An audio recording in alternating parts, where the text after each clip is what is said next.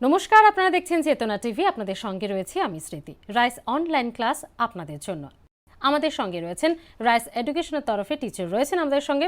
তবে তার আগে স্টুডেন্টসদেরকে জানাবো, শুধু ক্লাস নয়, থাকছে নানান ধরনের খুঁটিনাটি আলোচনাও।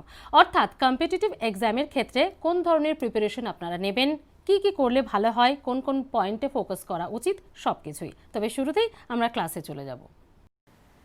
আজকে আমরা তাহলে শুরু করছি গ্র্যাভিটেশন এবং স্পেস সায়েন্স। সায়েন্টিস্ট নিউটন আমাদের গ্র্যাভিটেশন রিলেটেড ল দিয়েছিলেন। আজকে আমরা সেটা নিয়েই আলোচনা করব এবং গ্র্যাভিটি সম্পর্কে জানব। গ্র্যাভিটেশন কি, তাহলে সেটা আমাদের আগে জানতে হবে। আমরা সকলে জানি যে দু ধরনের ফোর্স হয়, কন্ট্যাক্ট ফোর্স এবং নন কন্ট্যাক্ট ফোর্স। গ্র্যাভিটেশন হলো এক ধরনের নন কন্ট্যাক্ট ফোর্স। যখন কোনো ফোর্স আমরা উইদাউট ফিজিক্যাল কন্ট্যাক্ট অ্যাপ্লাই করি তখন সেটাকে বলা হয় নন কন্ট্যাক্ট ফোর্স। যদি আমরা একটা বলকে উপরের দিকে ছুঁড়ি তখন সেটা গ্র্যাভিটির টানে নিচের দিকে নেমে আসে। তাহলে বলের সাথে আর্থের সেক্ষেত্রে কোনো ফিজিক্যাল কন্ট্যাক্ট থাকে না, তা সত্ত্বেও কিন্তু আর্থ বলটাকে নিজের দিকে টেনে আনতে পারছে by the force of gravitation. তার মানে গ্র্যাভিটেশন উইদাউট কন্ট্যাক্ট অ্যাপ্লাই করা যাচ্ছে, আর এটা হলো এক ধরনের নন কন্ট্যাক্ট ফোর্স। এবার সায়েন্টিস্ট নিউটন গ্র্যাভিটেশন রিলেটেড যে লটা দিয়েছিলেন সেটা আমরা পড়ব। আমাদের ইউনিভার্সের যে কোনো জায়গায় যে কোনো দুটো অবজেক্ট একে অপরের ওপর গ্র্যাভিটেশনাল ফোর্স অ্যাপ্লাই করতে পারে। এই যে গ্র্যাভিটেশনাল ফোর্স, সেটা নিউটনের ল থেকে আমরা জানতে পারি সমানুপাতিক দুটো যে অবজেক্ট তাদের যে মাস তার প্রোডাক্টে সমানুপাতিক, এবং দুটো অবজেক্টের যে ডিস্টেন্স তার স্কোয়ারের, তার বর্গের ব্যস্তানুপাতিক। সেটা এবার আমরা ডায়াগ্রাম করে দেখব। তাহলে আমরা পড়ছি নিউটনস গ্র্যাভিটেশনাল ল।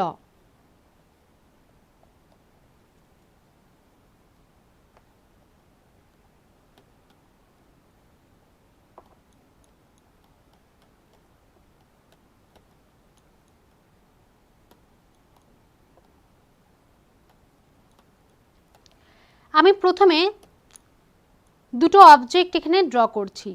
এটা হলো অবজেক্ট এ, এইটা হলো অবজেক্ট বি।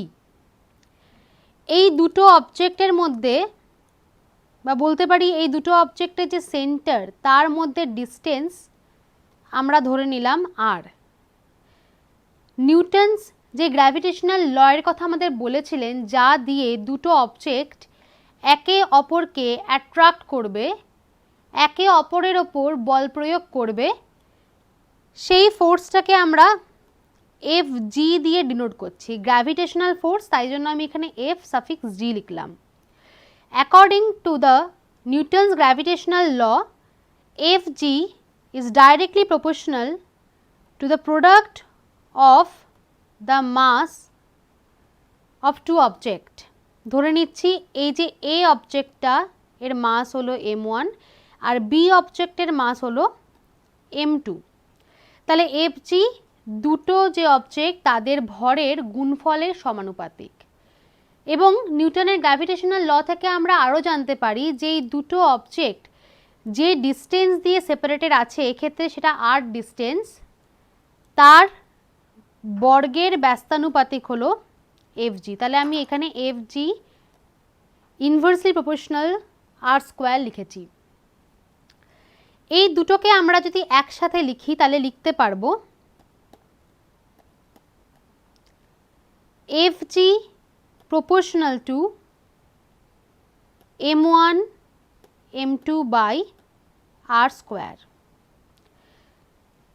তাহলে আমরা নিউটনের গ্র্যাভিটেশনাল ল থেকে এই জিনিসটা পেলাম। এটা হলো mathematical expression of Newton's gravitational law. এবার এই যে আমরা পেলাম প্রপোর্শনাল সাইন, এই প্রপোর্শনাল সাইনটাকে তোলার জন্য আমরা সবাই জানি যে একটা কনস্ট্যান্ট আনতে হয়। এবার আমরা সেই কনস্ট্যান্টটা এখানে আনবো। যেটা আগে আমরা পেয়েছি সেটা লিখে নিই, F G proportional to m1 m2 by R square. এবার প্রপোর্শনাল সাইনটাকে সরিয়ে যখন আমরা একটা কনস্ট্যান্ট আনছি সেই কনস্ট্যান্টটা হলো জি, আর প্রপোর্শনালের জায়গায় লিখলাম এখন ইকুয়েশন।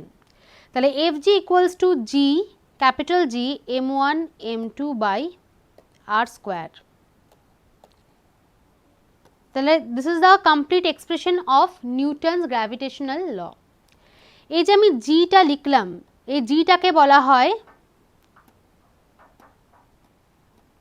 গ্র্যাভিটেশনাল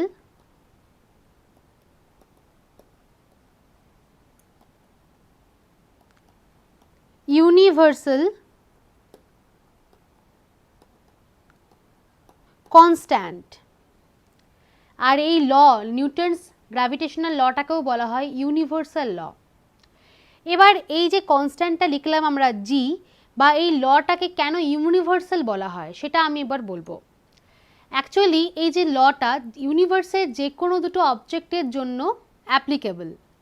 ইউনিভার্সের যে কোনো জায়গায় যে কোনো দুটো অবজেক্টের ক্ষেত্রে জি এর ভ্যালু কখনো চেঞ্জ হয় না, বা এই লটা আমরা সব জায়গায় সব অবজেক্টের ক্ষেত্রে সমানভাবে অ্যাপ্লাই করতে পারি।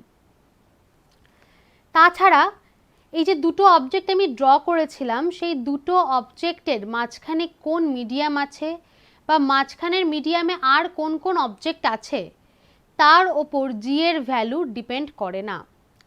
এই সমস্ত কারণে জি কে বলা হয় ইউনিভার্সাল গ্র্যাভিটেশনাল কনস্ট্যান্ট বা গ্র্যাভিটেশনাল ইউনিভার্সাল কনস্ট্যান্ট। আর এই লটাকে বলা হয় নিউটনস ইউনিভার্সাল গ্র্যাভিটেশনাল ল। এবার আমরা গ্র্যাভিটেশনাল ইউনিভার্সাল কনস্ট্যান্টের ইউনিট, ডাইমেনশন এবং এফ জি এর ইউনিট এবং ডাইমেনশন নিয়ে আলোচনা করব।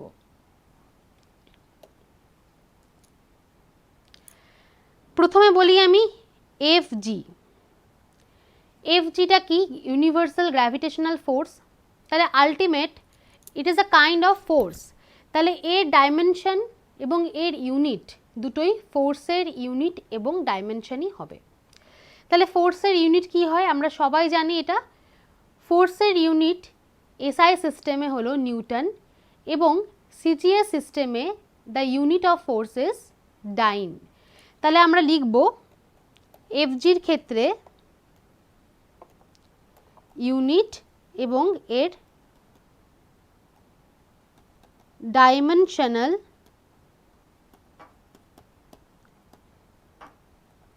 ফর্মুলা। তাহলে যেটা বললাম, নিউটনকে লেখা হয় ক্যাপিটাল এন দিয়ে। তাহলে এটা হলো নিউটন হচ্ছে SI unit of gravitational force এবং ডাইন হলো CGS unit of gravitational force. Dimensional formula of F G. তাহলে ডাইমেনশনাল ফর্মুলা আমি আমার কথা মতনই লিখছি। Dimensional formula of F G হলো যে কোনো ফোর্সের যা ডাইমেনশনাল ফর্মুলা হয় সেটাই, এখানে স্পেশাল কিছু হবে না। তাহলে ফোর্সের ডাইমেনশনাল ফর্মুলা কি? ml (10⁻²). তাহলে এই দুটো আমাদের মনে রাখতে হবে। এই দুটো মনে রাখলে আমরা তবেই ক্যাপিটাল জি মানে ইউনিভার্সাল গ্র্যাভিটেশনাল কনস্ট্যান্টের ইউনিট এবং ডাইমেনশন ক্যালকুলেট করতে পারবো। তাহলে এবার আমি ক্যাপিটাল জি এর ইউনিট এবং ডাইমেনশন ক্যালকুলেট করব। উপরে ক্যাপিটাল জি লিখে দিলাম, ইউনিট প্রথমে দেখব এর ইউনিট কি। আমরা ক্যাপিটাল জি রিলেটেড নিউটনের যে গ্র্যাভিটেশনাল ল পেয়েছিলাম সেটা প্রথমে লিখি। F equals to capital G m1 m2 by r square, আর এখানে F এর সাফিক্সে লিখেছিলাম G যেহেতু এটা গ্র্যাভিটেশনাল ল। তাহলে এখান থেকে আমরা পাবো ক্রস মাল্টিপ্লাই করলে G equals to Fg r square, cross multiply করা হচ্ছে Fg এর সাথে r square এবং তারপরে m1 m2টাকে তার তলায় নিয়ে যাওয়া হচ্ছে। তাহলে আমরা ক্যাপিটাল G এর একটা ইকুয়েশন পাচ্ছি। Capital G equals to F G R square by m1 m2। তাহলে এবার আমি যদি এখানে ফোর্সের আর আর এম এই তিনটের ইউনিট লিখে ফেলি তাহলে আমরা জি এর ইউনিট পেয়ে যাব। ফোর্সের ইউনিট কি? SI unit of force is newton. R square, তাহলে আর স্কোয়ারকে আমরা লিখতে পারি মিটার স্কোয়ার, কারণ এটা হচ্ছে দুটো অবজেক্টের মধ্যে যে ডিস্টেন্স সেটাকে আমরা ডিনোট করছি বাই আর। তাহলে আর এর ইউনিট হচ্ছে মিটার, এসআই ইউনিট অফ আর হলো মিটার, কারণ আলটিমেট এটা ডিস্টেন্স। m1 এবং m2 এই দুটো কি? এই দুটো হচ্ছে mass of object. SI unit of mass is KG. তাহলে আমরা m1 আর m2 দুটো জায়গাতে কি লিখতে পারি? কেজি লিখতে পারি। তাহলে আমরা যদি এখানে কেজিগুলোকে ওপরে নিয়ে যাই তাহলে কি পাবো? Newton metre square KG to the power -2। তাহলে this is the SI unit of gravitational universal constant. এবার আমরা দেখব সিজিএস ইউনিট। তাহলে লিখি আমি আবার আমাদের ইকুয়েশনটা, G equals to F R square by m1 m2। তাহলে CGS unit of force is dyne, CGS unit of distance হলো সেন্টিমিটার। তাহলে আর স্কোয়ার আছে, তাহলে এখানে করলাম centimetre square by m1 m2। m1 R m2 জায়গায় আমরা লিখব CGS unit of mass, CGS unit of mass is gram. তাহলে লিখছি এখানে জি ইন্টু জি। তাহলে এক্ষেত্রে আমরা পেলাম dyne centimetre square gram to the power -2। তাহলে এটা হলো সিজিএস ইউনিট অফ জি। এবার অনেক সময়তে এই অপশানগুলো ছাড়াও আমাদের আরও কিছু অপশান থাকে অ্যাজ দ্য ইউনিট অফ জি। এটা কিন্তু খুব গুরুত্বপূর্ণ একটা প্রশ্ন। আমি তোমাদের পড়ানোর সাথে সাথে ডিসকাস করার সাথে সাথে কিছু কোশ্চেনও আলোচনা করে নিচ্ছি। প্রশ্ন আসে চারটে অপশনের মধ্যে what is the SI unit of G. এবার সেক্ষেত্রে অনেক সময়তে যেটা আমরা আগে দেখলাম, যেটা আমরা ঠিক আগে স্লাইডে দেখলাম, এই যে newton metre square KG to the power -2 এই যে এসআই ইউনিট পেয়েছিলাম আমরা, সেটা না দিয়ে অনেক সময়তে আরেকটা অন্য ধরনের ইউনিট দেয়। তাহলে এইটাকে আমরা আর কিভাবে প্রকাশ করতে পারি, এক্সপ্রেস করতে পারি, তাহলে সেটা দেখে নেব।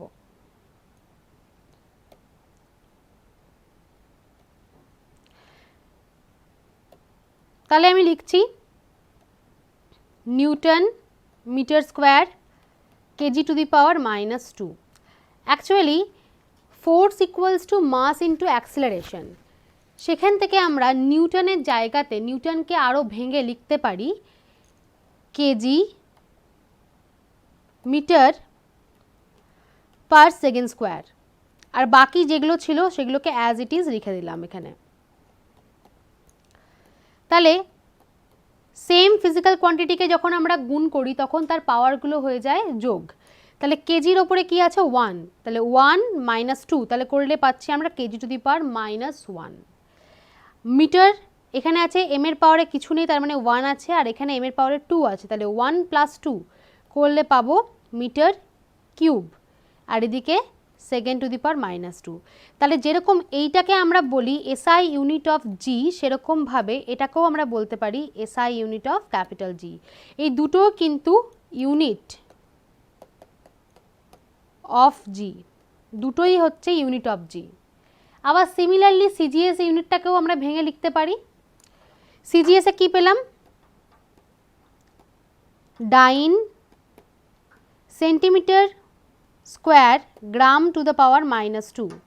একইভাবে যেরকম নিউটনকে ভেঙে লেখা যায় KG metre second to the power -2, ডাইনকে ভেঙেও আমরা লিখতে পারি gram centimetre second to the power -2। আর বাকিগুলো অ্যাজ ইট ইজ এখানেও আমরা রেখে দিলাম। তাহলে পাচ্ছি gram inverse centimetre cube second to the power -2। তাহলে এটা হলো সিজিএস। তাহলে আমরা আলটিমেট কটা ইউনিট পেলাম?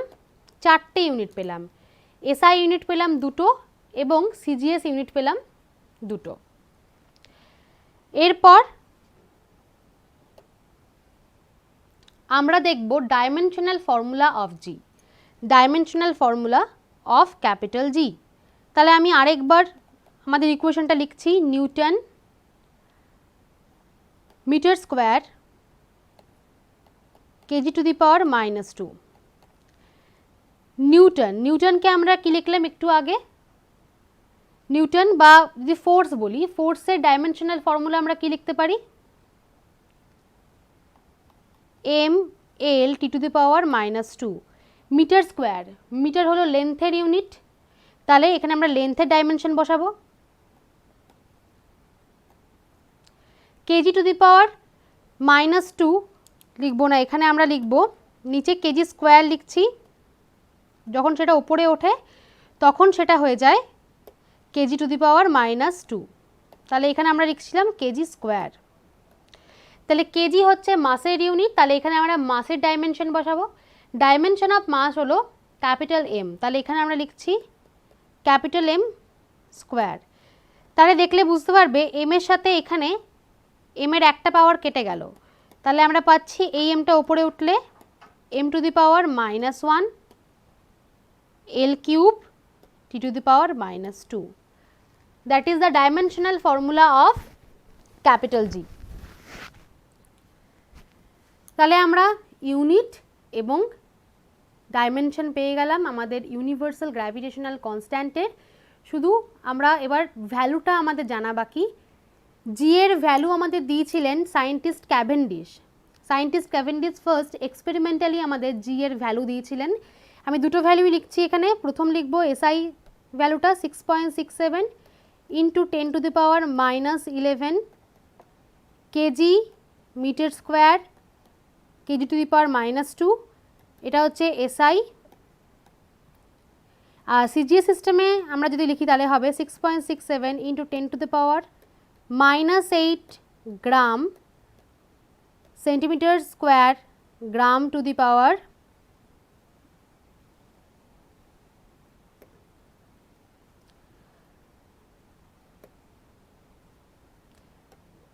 এখানে আমাদের হবে